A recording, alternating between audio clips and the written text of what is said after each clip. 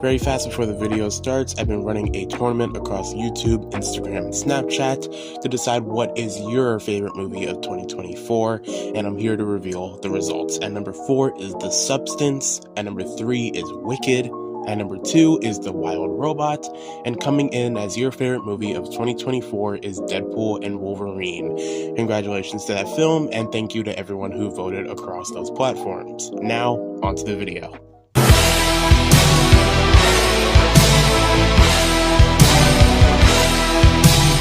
2024 was definitely one of the weirder years in terms of film. I think in terms of box office and in terms of going to the theater to watch movies, this might have been on the same level as 2023 or maybe a little bit worse. It didn't feel like a lot of bigger movies flopped, but it felt like a lot of bigger movies either didn't come out or just didn't have a lot of hype surrounding them. And maybe some of them were just outright bad. But if you looked independently, or if you looked at smaller scale films, there were a lot of hidden gems this year. So, let's go through these. This has become an annual tradition, so I'm really excited to do this for the third year straight. Here are my top 15 films of 2024. Now, before we get into the list, I do have some honorable mentions. These just missed the top 15, but I still want to shout them out. So, these films are Abigail, Strange Darling, Challengers, A Different Man, My Old Ass, Daddy-O, Memoir of a Snail, A Real Pain, I Saw the TV Glow, Turtles All the Way Down, Love Lies Bleeding, and Kneecap. I loved so many other films. There's so many that I could put in this honorable mention, but I think those are my main ones. Now, I just want to throw out one more honorable mention. It would be number 15 on this list, but I feel like it's unfair to put it onto the list as it's just a concert. But the Olivia Rodrigo Guts Tour film that was out on Netflix, I talked about this on Instagram. I followed her for basically my entire life, so to see Olivia just blow up this year was great. I'm not going to have it on the list because it seems unfair to have a full-on concert on my list, but I did want to shout it out here. Now, without further ado, let's get into the top 15.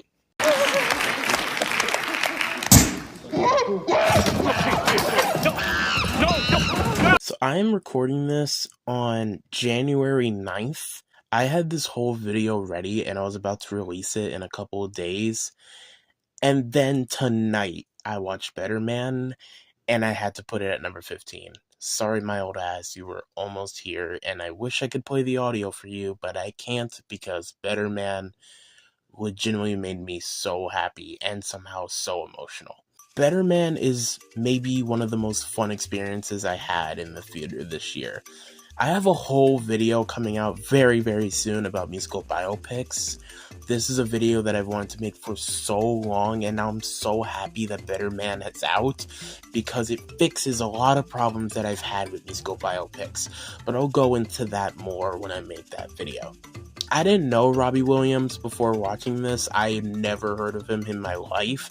Apparently he's huge everywhere outside of the US, which is kind of crazy, but I've never heard of him at all. I was just kind of interested because the film looked good, and it's very good. And what I love about it is that it doesn't shy away from showing the realities of fame and Robbie himself. A lot of biopics, and I'll talk more about this soon, really try to protect the artist that they're making the biopic as. And yeah, they'll show a little bit of dark moments for drama, but they never go full in on it, or maybe switching up the timeline so that it betters them, both the film and the person. But I feel like this film really captures Robbie's dark moments in a way that makes it more enticing. And I think that's why you have to do these biopics and show these dark moments.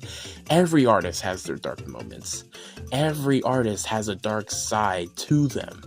Every artist has some secrets. So I think really hammering in on that in this film is a really good way of doing a biopic like this. And I can't really compliment the music because it's not original music. There is an original song for the movie, but a lot of the music isn't original. But the compositions and the way that it's incorporated into the story is great. A lot of the performances and the choreography at points and the blocking is phenomenal.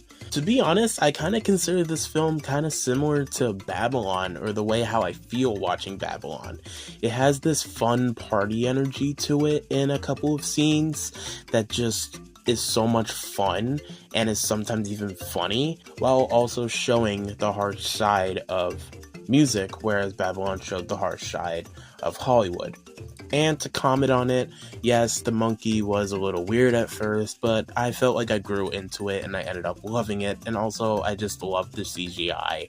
It's so phenomenal. And I don't think this movie was made for a lot of money, and the fact that they're able to get CGI that looks this good really puts a lot of high budget films to shame. To be honest, I had to include Better Man in my top 15. I was gonna wait a whole year to talk about it next year because technically it released wide a couple of days ago, but I just had to record this and just put it in my 15 because it's so good. And I would honestly say that it is the best monkey movie of the franchise this year. I'm sorry, Monkey Man. I'm sorry, Godzilla X Kong. I'm sorry, Planet of the Apes. Better Man is the best one. We go live in 3, 2, 1, go! Breaking news, UK! A second plane has hit the South Tower! Oh damn, son. Now, let's get the negatives out of the way really fast, because there's a lot I want to talk about with this movie. First off, the ice skating scene with Belushi outside sucks. I do not like this scene. It's so filler, and it's just dumb. There's no reason for it in the film, and it slows the pace down so well from what's a really good third act. I really do not like this scene at all, and you can remove it, and it's so unfunny. I don't like this scene. The SNL skits in general, I think, aren't as funny as the regular humor that's going on, and the banter and the dialogue in the behind the scenes scenes. However, aside from those two things, I loved this film. Now, people that know me personally may seem like this might be biased because I saw this film at AMC in New York City and they had a live Q&A with the cast afterwards. So I got to talk to Kaya Gerber and Dylan O'Brien and Cooper Hoffman and the director of the film, as well as Corey Michael Smith, about their roles in the film and how they felt like doing it. I wish I met J.K. Simmons or Willem Dafoe or Rachel goddamn Sennett. However, a lot of this film I really dug. I love the style of it. And the score is really subtle, but I really like it. It doesn't overpower anything in the film, which I think some scores this year had a issue of doing. Like, I think the Challenger score, while good, overpowers the film at some points, whereas this one, it just fits perfectly with the time period plus the style of film that we're going for. Also, if we take out the skits, I think this is the funniest film of the year, hands down. I love a lot of the banter here, and even I think 3 watches of this film still makes me laugh out loud at some points. It's so much fun. Also, this is probably the best type of movie that an SNL movie can be. Like, I don't really know how well you can make an SNL movie when you have to keep it in the style of SNL, but this one, I think, does that style in a weird way, but also perfectly for the show, if that makes sense. So, yeah, the cast is great. I love Gabriel LaBelle in this movie. He's so good at playing this middleman of confident in that it will get done, but also not confident in himself, or that this is really going to work at all. He's just very much a pushing it to the last minute type of character, which I think works really well as a main character here.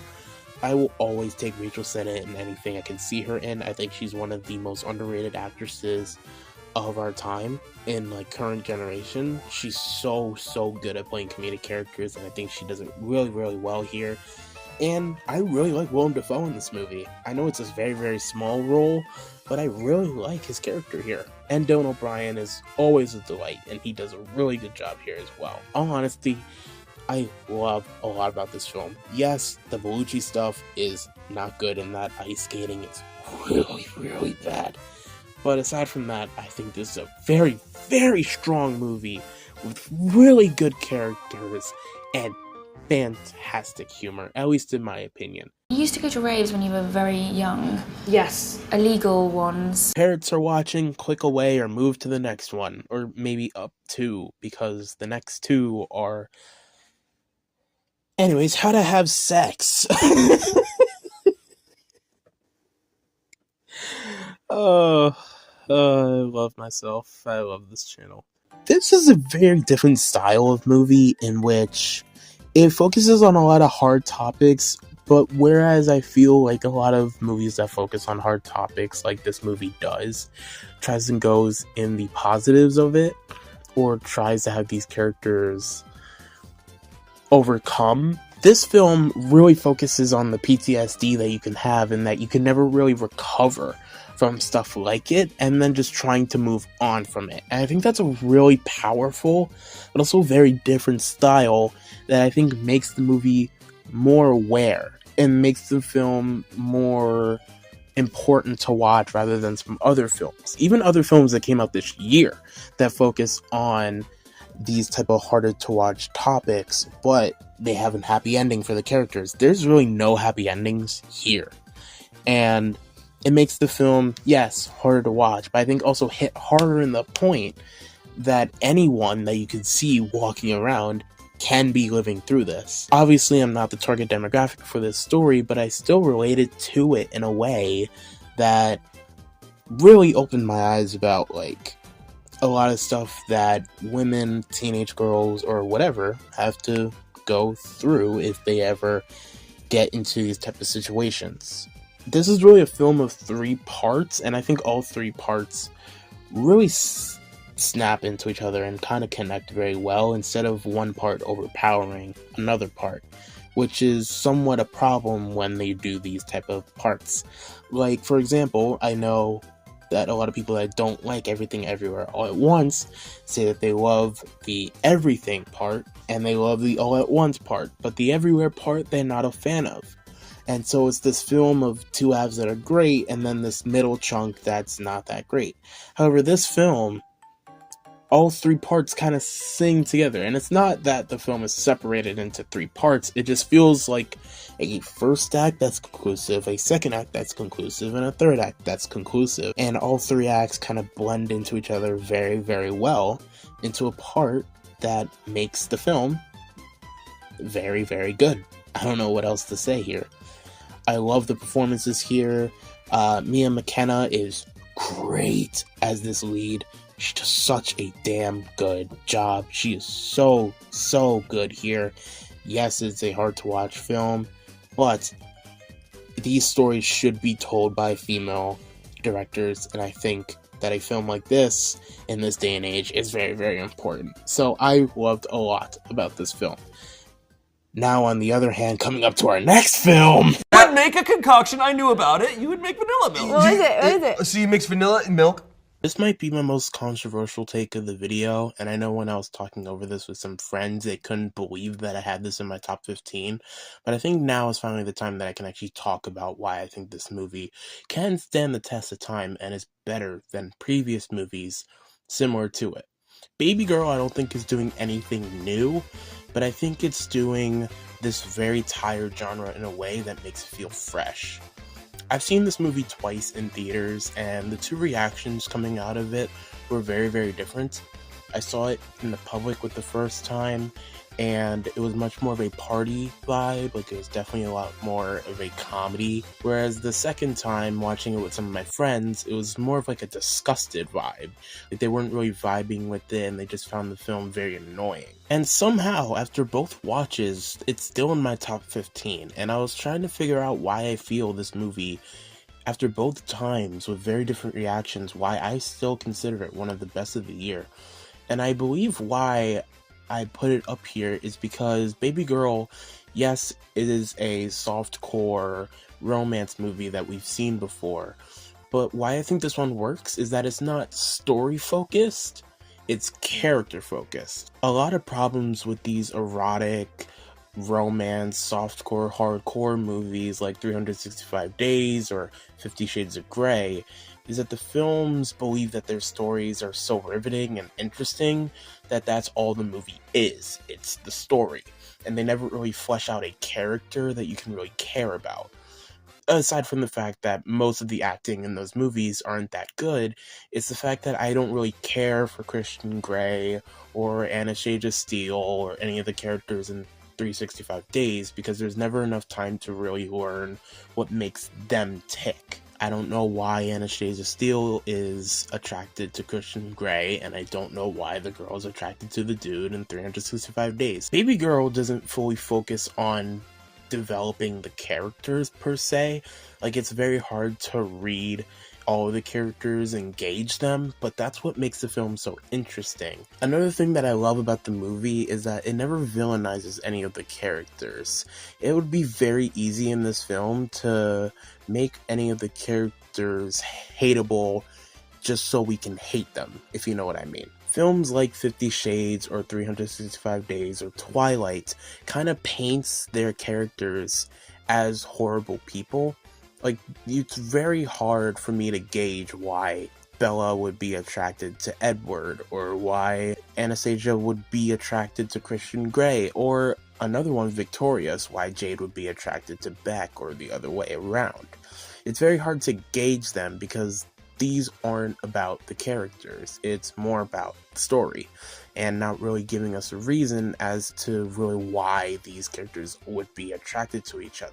Another thing that I love about Baby Girl is that it never blatantly villainizes its characters, and instead it has the characters fix themselves.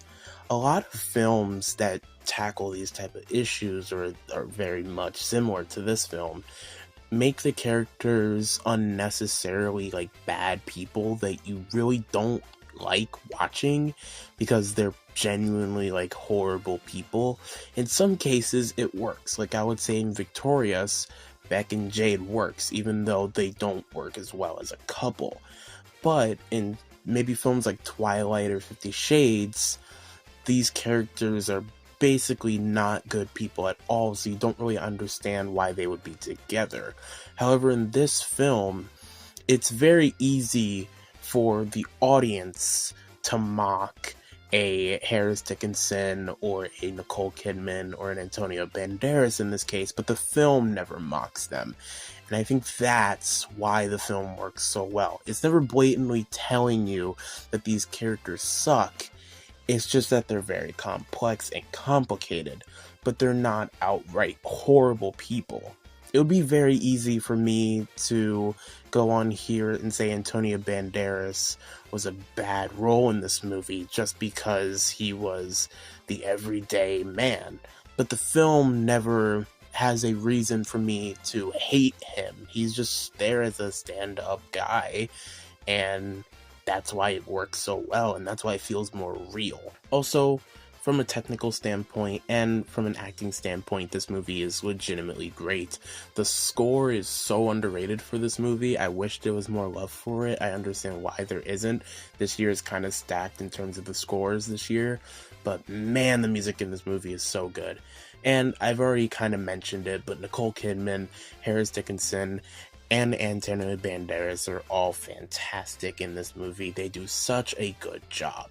All in all, I think Baby Girl is a really good movie. Maybe it's not outwardly funny, maybe it's not outwardly sexy for some people, but I think it's a film with characters that make up the story and That's sometimes all you need from these type of films. These films can work, and Baby Girl is a really big example of that. I am not ashamed to say that I'd always drink the milk while watching this movie. Where's that one fellow that goes with the... Oh, the guy that goes, away, where's that? So for context, if you go to the link that's in the description of this video, you will see a letterbox list ranking every single film that I watched this year. Keep in mind, I watched 177 movies this year. Yeah, there's a lot of contenders for this list. If you go to that list, you might see that this film is higher than my number 10 pick. However, there's a reason for this. With all that said, Dune Part 2 is already, I believe, iconic. Dune Part 2 is maybe one of the most epic sci-fi movies that we've had in the last couple of years. Like, it's beautiful. It's so well shot, and obviously it's gonna clean up at the Oscars. But even then, I don't think that really states how good this movie is. There's so much to love about it. The length never feels like it's overstaying its welcome. It always feels like it's well paced. This is just the perfect theater movie, the perfect IMAX movie, the perfect Screen X movie, the perfect Dolby movie. Maybe not the perfect 40X movie, I think that's Twisters. But this was just a damn good film that's a movie. And there's not a lot of things that can really say that about. This feels like a film and a movie at the same time, and I think that is a really hard balance to strike. But Dune Part 2 does that really well. Now, why is it not in my top 10? Well, I only watched Dune twice. Her sister was a witch, right? And what was her sister? A princess! The Wicked Witch of the East, bro! Me and Bog cannot walk. Salsa to my guac. wanna suck his long hard cock. Hey, yo, what the fuck? Wicked I've seen in theaters 4 times, and I almost saw it a 5th time. Yeah, I love this movie. I think it's a little bit worse than Dune, but I had to put it in my top 10 just based on the fact that this is maybe the most fun I've had in theaters in such a long time. I saw this at an early access screening with prime Wicked fans. I saw this on opening weekend. I saw this with a couple of my theater friends, and then I saw this with my mom because she wanted to see it because of the hype. And every single time I've gone to this movie, I've loved it. I wasn't really even anticipating this movie when I originally saw the trailers. The trailers play it a lot, and I was starting to get really sick of them. No, not even starting. I was sick of these trailers. They played too much, and that's still a problem. Like, they still play a lot. Like, there's still a lot of advertising for this movie, and it's insane. The problem is that the movie's so good. It's so good. Now, there's an issue with the film, and I'll talk about it now. The lighting is really off. And I know a lot of people have said that already, but yes, it's true. The lighting for this movie is off. A lot of the scenes can look very bad and very hard to see what's going on. For example, Dancing Through Life is maybe one of my favorite songs in the entire movie, but the performance for it, it's really hard to see because of the sun or whatever they're doing. And there's just not a lot of fun styles with the lighting. Popular looks great, and the second half of Dancing Through Life at the Asdas looks very good. But other scenes of lighting or just blocking in the choreo aren't really that fun. A big example of this is The Wizard and I. A lot of the song is just Cynthia Erivo just walking around, and then the final sequence of the song of her just running in the plains looks really bad with the lighting. It's really weird. Even the opening song, No One Mourns the Wicked, even some of that looks weird because of the lighting. So yeah, the lighting is a really big problem, and I hope then in part 2, it can kind of be addressed a little bit more. However, this is the most fun I've had in theaters this entire year. I loved so much about this film. I'm not a Wicked fan. I did not watch the original Broadway show. I haven't really watched The Wizard of Oz in a very long time, so a lot of it wasn't fresh on my mind. But I just went into this film just expecting to have fun, and I had so much fun with some excellent performances to boot. Everyone in this cast gives it their all.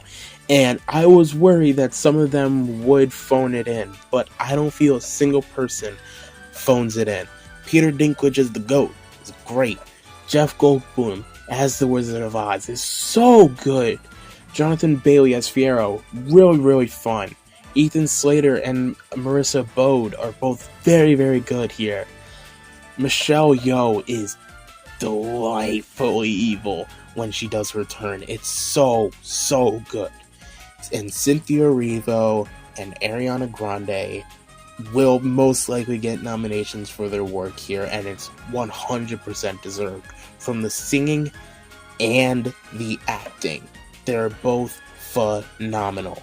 Especially Ariana. I watched Victorious, is probably my favorite Nickelodeon sitcom, but going from a sitcom to a full-fledged musical movie like this is a tall order, when the only other acting credit she's done in a long, long time, Don't Look Up, in a cameo, where I think she had 2 lines and a song with Kid Cudi, I think. But this is a huge step up. Ariana has said that she wanted to really pay homage to Glinda, and I think she really did. And oh my god, Cynthia does such a good job.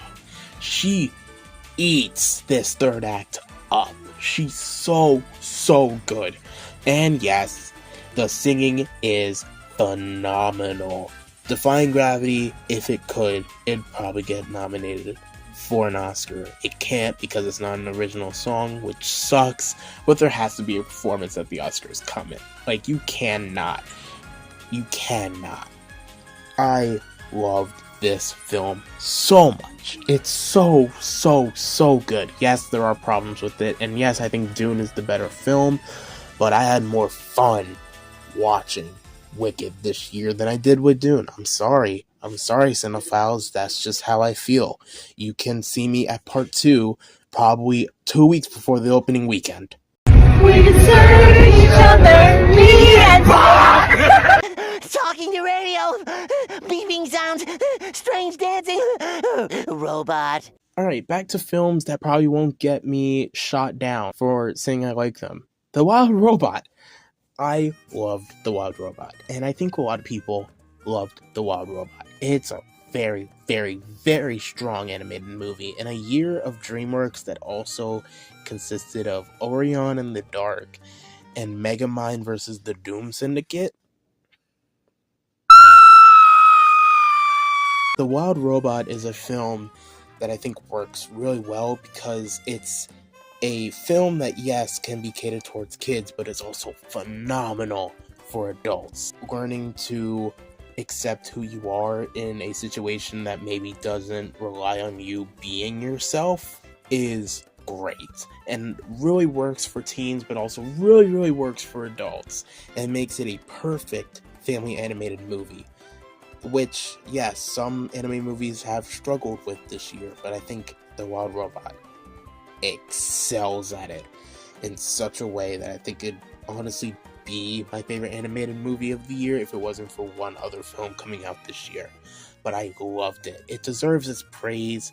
The animation's great. The voice acting is incredible here. I could not tell you the fox was Pedro Pascal. I couldn't tell you. Such a good film, and most likely winning the Oscar, and it's well deserved. It's well deserved. Okay, it's just like, I don't want to go to jail. You know what happens to a handsome guy like me in jail? It rhymes with grape. It rhymes with grape. Sing Sing is phenomenal. I wish that this film was seen by more people, but A24's release of this film has been so weird. I think it's finally going wide next year, but it's just been such a weird, rocky road for them this year with this film, and it's somehow still an awards contender, even though the release was botched, but it's still an awards contender because the film is just that damn good. It's incredible, and I'm really, really excited for this film to finally get released worldwide so that people could actually see this thing. Coleman Domingo in it is incredible. he's probably going to get a nomination for this film. It's well deserved. He's so good in this movie. It's a very understated role for him, but he does such a good job. But also, oh my god, Clarence Macklin in his first film, by the way, incredible. If he doesn't get a nomination, I'll be so sad. He is the heart of this film, which a film with a lot of heart already has, but he is the main heart of this film, and he does such a good job. I loved him in this film. This film was just phenomenal. I saw it maybe 6 months ago, and it still hasn't left my mind. It's such a good, heart-warming, but also emotional tale that is great in being realistic, as yes, this is a true story, but also hitting in a way that feels like it couldn't be real, but it is, and it impacts it more. Like, you know, some true stories where you watch it and you're like, yeah, I can see that being real. And then some other ones where it's like, oh, this is real. And it kind of helps it in a way because the fact that it's real kind of hits a little bit more. That's this film to me. So, yeah, I loved it. I loved it. Can I get my visa? Can I get my visa? Can I get my visa? If I was to say what is the most underrated film of the year, I think a lot of people would say Dee Dee or my number one, as I feel a lot of people haven't seen it. But for me, the most underrated film of the year is Problemista. I loved this film. It's so good. And I'm not going to say a lot about it because, again, I want you guys to go see these movies. When I talk about the smaller ones, I'm not going to say too much about them because I feel like not a lot of you guys have seen these films. When I'm talking about the bigger ones, probably you guys have seen them, so I can probably go more into spoiler territory, but this one is such a lot more smaller scale that I want you guys to go watch it for yourselves and then come back and see what you guys think about it. This film is so funny, while also having, in my opinion, maybe the best female performance of the year. Tilda Swinton in this movie is perfect, and I mean perfect. There's another performance that we'll get to, actually two other performances that we'll get to that I think rivals hers in this film at least, but oh my god, if I was in charge of the Oscars, she would be a front runner. She's so good, and I'm sad that this film kind of got buried and is probably not going to get any love, but it's such an underrated gem this year. A24 this year has been kind of up and down for me. Like, some films have done really well, and then some films have done really bad. Like, when we get to the worst films, I'm gonna probably throw in a couple of A24 films because their year this year has been really iffy, but damn, this film was so good. If you haven't seen it, please go watch it. And if you have seen it, then God bless you. And if you loved it, then I want to kiss you. Get the fuck out of my room! I'm playing Minecraft! I was just talking about Dee Dee in the previous entry, but yeah, Dee Dee's great. It's so much fun. It's throwing in a character who's not really good, but over the course of the film, you understand why they're like this and why they don't open themselves up as much, to the point where I'd say that even throughout the entire film, they're somewhat of a likable character, even though, yes, what they're doing is very wrong. And a lot of the film, you really want to see this character get their comeuppance, but it's a growth, and it's a character arc. And understanding that, and then seeing where the film starts and then ends, makes this film so much better in hindsight. Also, the performances from this cast is great. I had Isaac Wang in my favorite actors of the year. Now I don't think he's quite up there, but he's still very strong. And Joan and Shirley Chen are also really great in this film. They do such a good job. And Sean Wang, and I believe his directorial debut, does a really good job helming this film. If you haven't seen Dee Dee, I really recommend it. It's a lot of fun, it's very funny, and it captures a 2000s aesthetic that I think really works well and adds to the nostalgic factor of the film that it's trying to go for, as well as a very touching and lighthearted but also emotional story. that I think works really, really well. So I really dug this one. Also, side note, have you ever noticed how in a lot of these smaller films about Asian culture, somebody just has Stephanie Shu's agent just on speed dial? I feel like she's in a lot of these smaller films. Joyride, Shortcomings, Leo, and now Dee Dee. The Monkey King was another one. Just, if you need an Asian actor for your film, I guess Stephanie Shu is just immediately who you go for. You even showed me how to read the manga right. It starts in the back. The back. You know how I said that if there wasn't one other film, then Wild Robot would be my favorite animated movie of the year? What animated movie could have come out this year that would be better than The Wild Robot? Well, it's one that probably not a lot of you have seen. Look Back.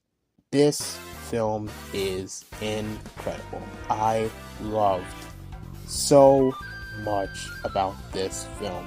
I'm not one to really cry at films.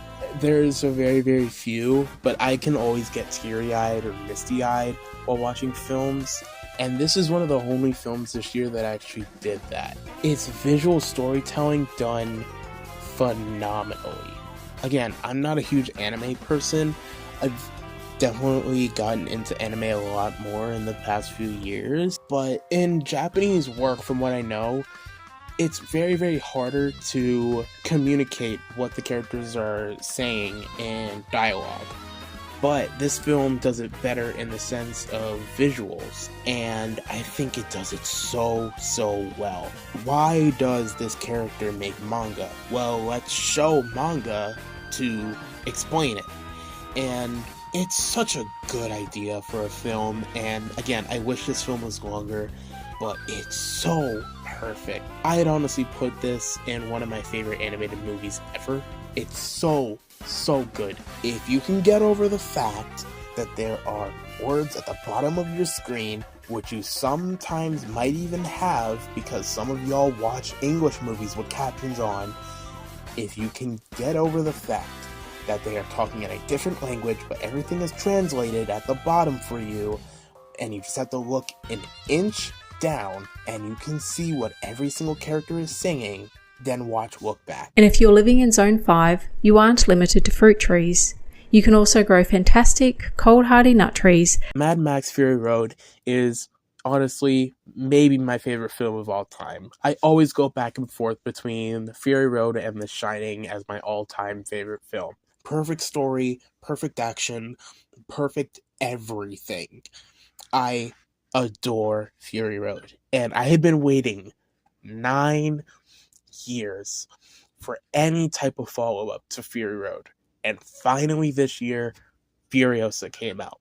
Obviously it's not on the same level as Fury Road, and maybe even not as good as Road Warrior, or maybe on the same level as Road Warrior. I still don't know. I think right now I have it a teensy bit higher, but it might just be on the same level.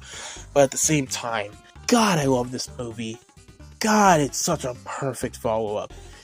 Yes, it's a prequel, but whereas a lot of Mad Max films really hone in on the action, this one isn't focused entirely on the action, and it tells a great revenge story with some great comeuppance at the end. I loved it. It's a film that feels like a spin-off in a franchise while still keeping what makes those original films phenomenal. And it's not even a spin-off, it's just a prequel, but it feels like it's like a different type of world in the world.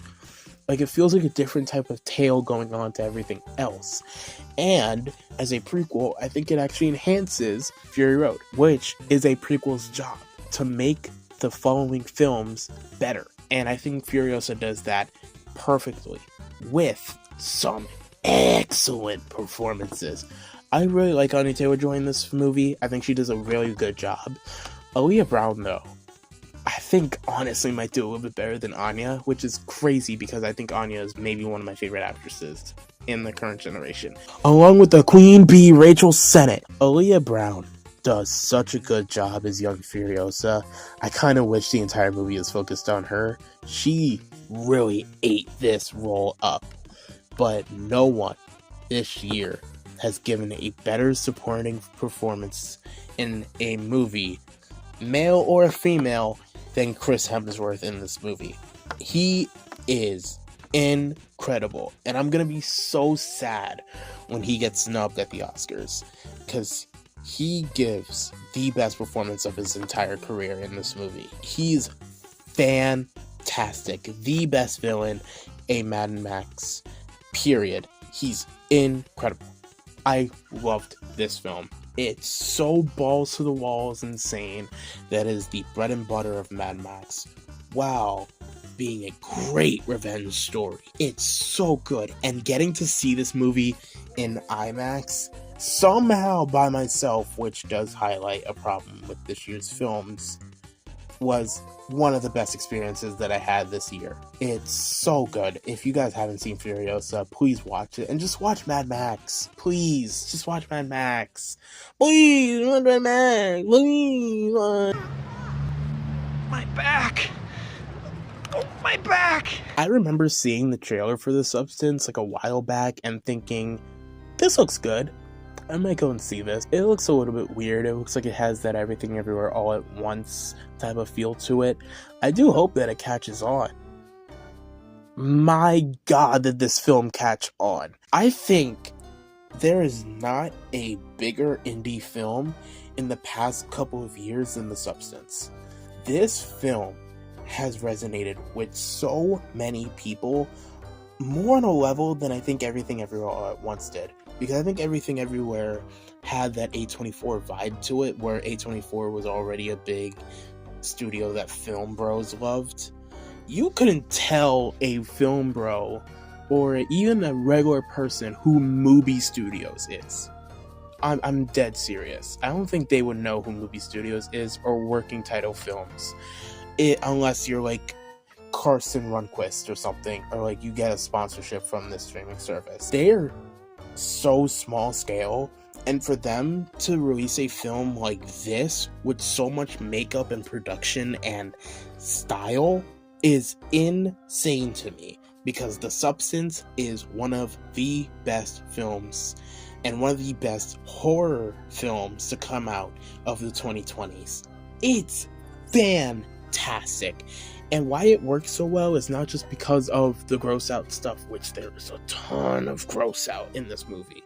That's beautiful because of some excellent practical effects and some insane makeup. But the performances, especially from the three leads, Dennis Quaid, Margaret Qualley, and an Oscar-winning, in my opinion, Demi Moore, they are all phenomenal in this film. And why the film works so well is because, yes, it's a body horror film. Yes, it's disgusting. Yes, the performances are incredibly good. But it's also just a really good story at the boot of it. Coraline Forget, I hope I said that right, she previously did a film called Revenge, which was a revenge film that was focusing on assault. And while, yes, it was mostly there for nudity and whatever, it also told a very, very strong story about feminism, as well as what is and what is not good for trying to get revenge. And a lot of the feminist aspects of that film were carried over to The Substance, while also throwing in identity crisis and other topics that I think are very, very important to create a film that can resonate with a bunch of people, while also giving gorehounds something to salivate over. That's why I think The Substance has resonated so well. It's not super duper original, but it's telling a story while also being a fantastic, horrific experience. So, for that reason, I have The Substance all the way up here. I don't think it's as strong as a film as I think some other films on my list, as I think the third act becomes a little bit more about shock value than it is about incredible story.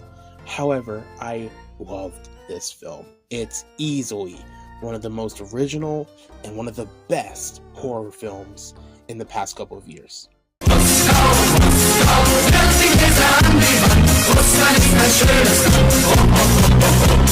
I can't even lie to you, I went back and forth. But here's the way that I settled what my number one would be. In 2022, I had The Fallout as my number one.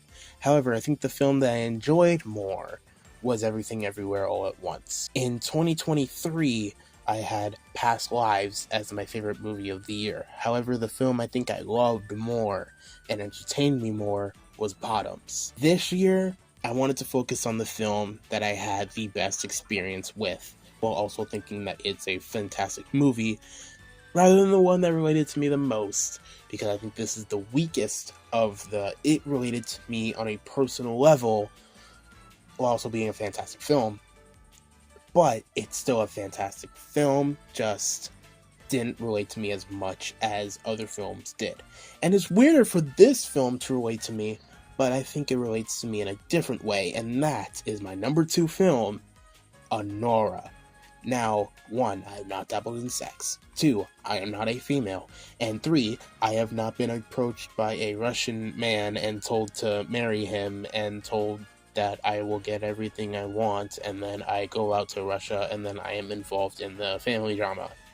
But here's hoping, y'all. But why I think Anora relates to me the most is it's a story about confidence. It's a story about trying not to break down or trying to keep your boundaries and borders all the way up while dealing with so much bullshit. And that's why I think Anora relates to me really, really well.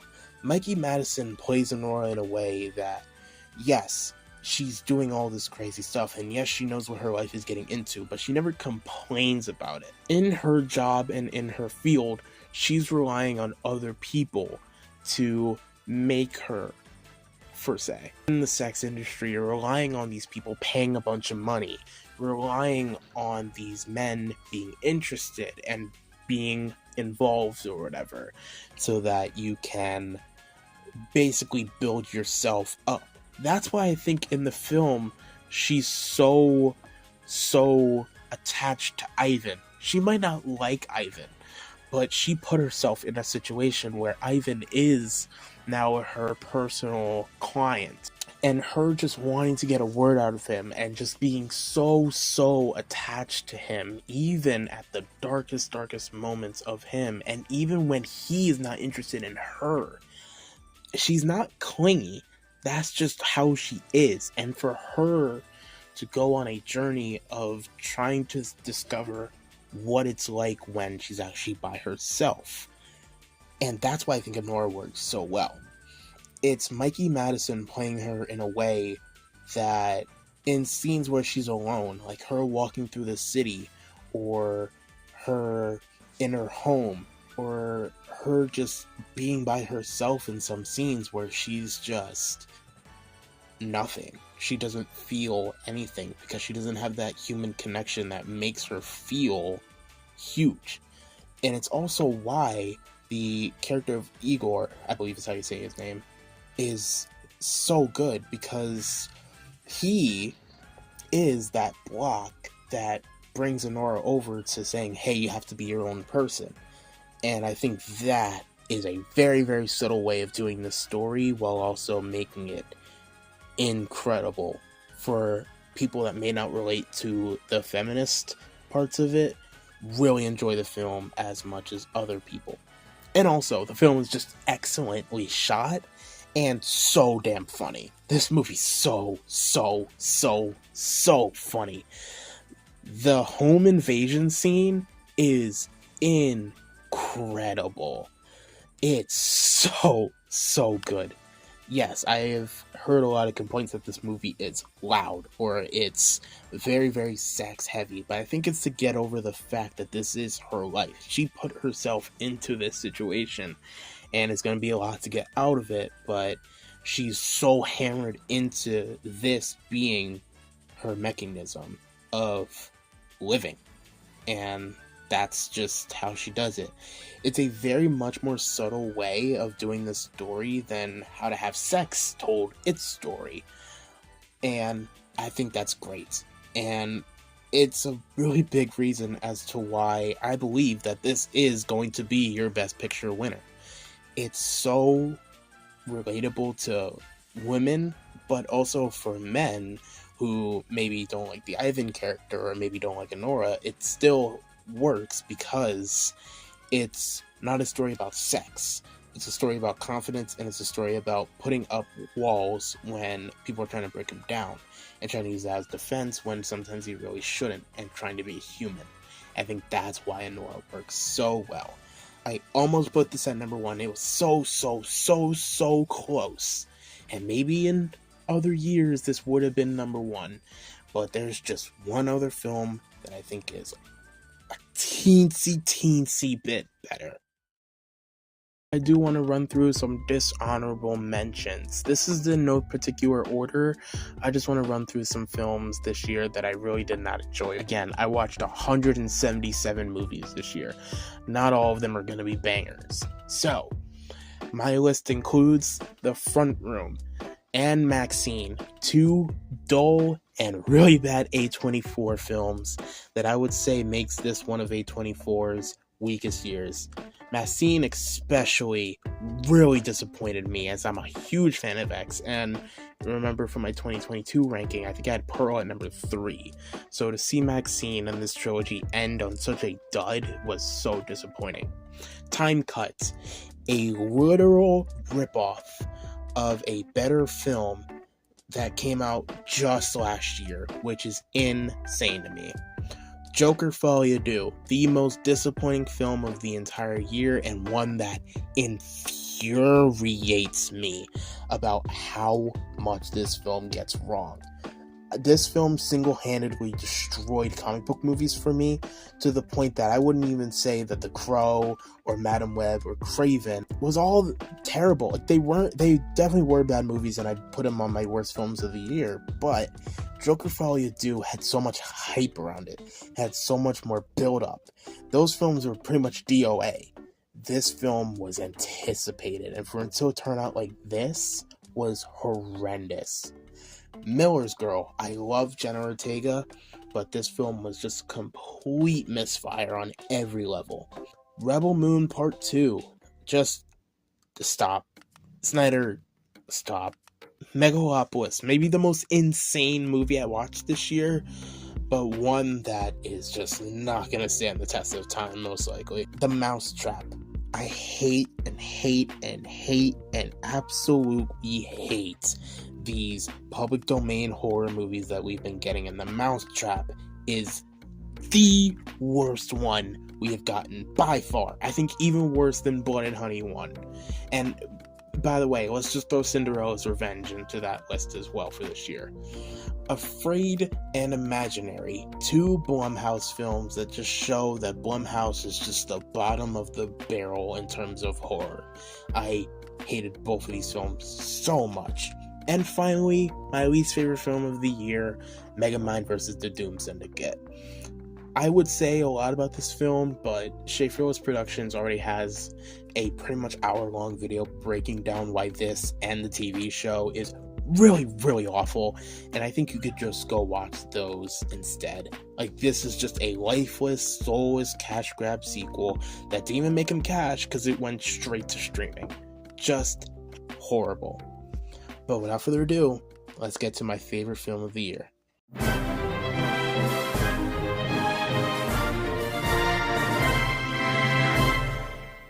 I tried to put anything above it, and I just couldn't. Hundreds of Beavers is my favorite film of 2024, just on the fact that it makes me so damn happy to be alive. It's incredibly fun, and that's sometimes all you need from a film. And from a film like this, too. This is a film that's trying to be entertaining.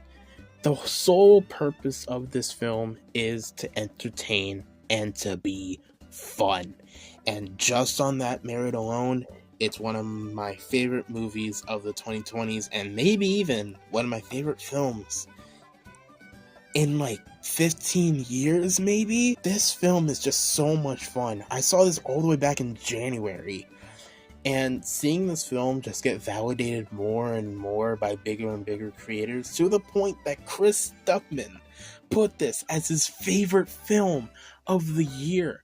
A critic who's been on the platform for so many years and is about to have his film released next year, his first feature film released next year, from Neon no less, and for this to be his favorite film of the year, I think speaks volumes to how good this film is. You just have to watch it for yourself if you haven't. It's Looney Tunes dumb, just humor, just done in such a fun way. Again, it's not trying to do anything crazy. It's not trying to do anything psychological. It's not trying to do anything on the same level that I think Anora or The Substance or Look Back or Furiosa or Dee Dee did. Or Sing Sing or The Wild Robot or Problem or Dune or Wicked or whatever. It's just a film that's perfect to enjoy for everyone. And sometimes in film, that's all you need. So, is it the most over the top, or is it the most elaborate film of the year? No. It's such a low budget film. But, just for what it's trying to be, and just for how entertaining it is, and funny it is, and how rewatchable it is, and how quick it moves, I have to put this as my favorite film of the year. Again, in other years, and maybe even in the future, I might say Anora, or The Substance, or maybe even Furiosa or Look Back is my favorite film of the year.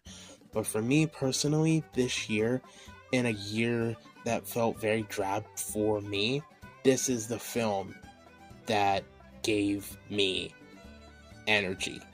And Hundreds of Beavers is basically my comfort movie right now. So, even though I didn't really want to see if anything else could pass it, I have to put it as my number one.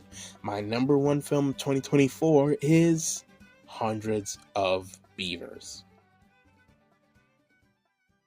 And that's the list. Thank you guys so much for watching.